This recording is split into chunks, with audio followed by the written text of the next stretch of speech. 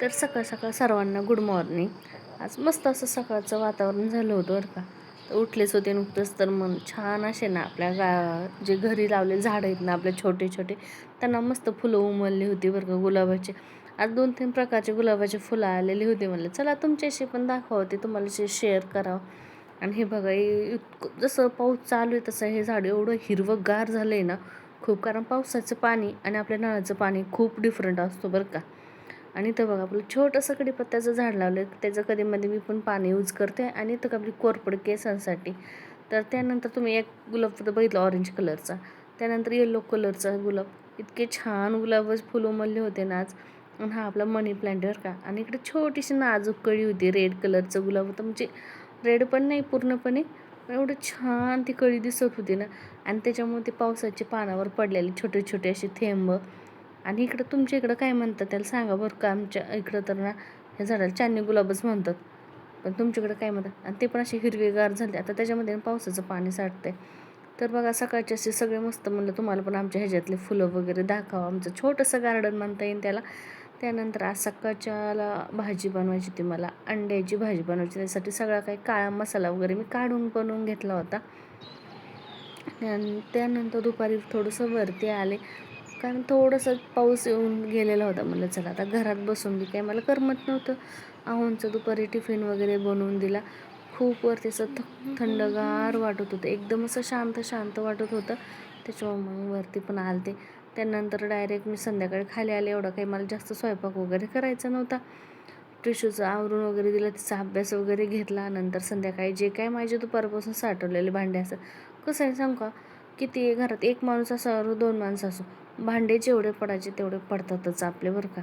त्याच्यामुळे मी काय करत असते, भांडे घासायच्या अगोदर आहे ना सगळं बेसिंगमध्ये ना सगळे भांडे स्वच्छ करून घेत असते. म्हणजे काय होतं माहिती आहे का, आपण ज्यावेळेस भांडे घासतो ना त्यावेळेस घासणी पण खराब होत नाही.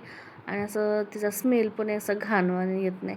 त्याच्यामुळं त्याचं असे बारीक बारीक जे अन्नाचे कण लागतात ना घासणीला, ते जर घासणीमध्ये गुंतून राहिले ना, आपण जर ती घासणी स्वच्छ नाही ना केली तर खूप घाण असं स्मेल येतो. त्याच्यामुळे माझं संध्याकाळचं स्वयंपाक वगैरे म्हणजे जेवण वगैरे झालं ते आमचे, फक्त येताना भांडे वगैरे घासायची होती मला. तर तेच माझं चाललं होतं भांड्याचं. आणि त्यातले त्या तिथं प्रेशरचं पण मध्ये मध्ये चाललेलं होतं काही ना काही. तर सगळं आता भांडे घासून घेऊ.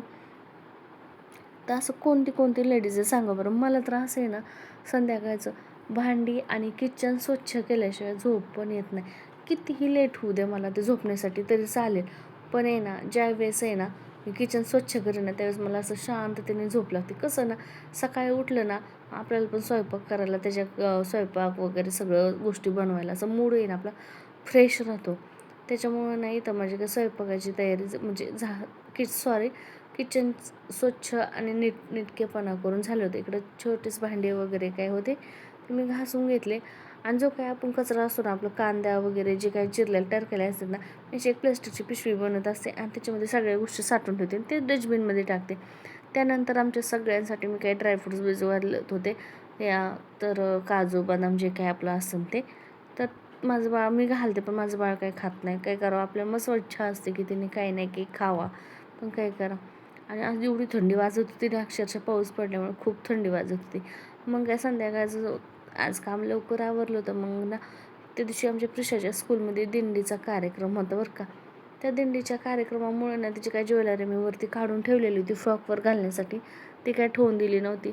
त्या निमित्तानं मग मी माझी पण ज्वेलरी बघत होते.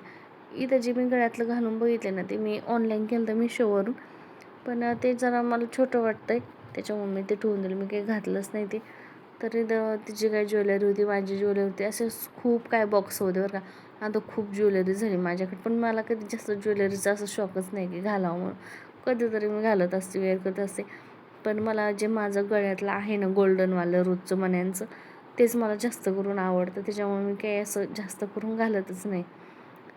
तर इकडं प्रिशाची लुडबुड चालली होती, मम्मी तसं बांगड्याचं ज्वेलरीचं तिला खूप आवडतं बरं का, असं मेकअप वगैरे सगळ्या काही गोष्टी करायला. तर चला आजचा व्हिडिओ इथंच थांबवते. भेटू पुढल्या व्हिडिओमध्ये. बाय.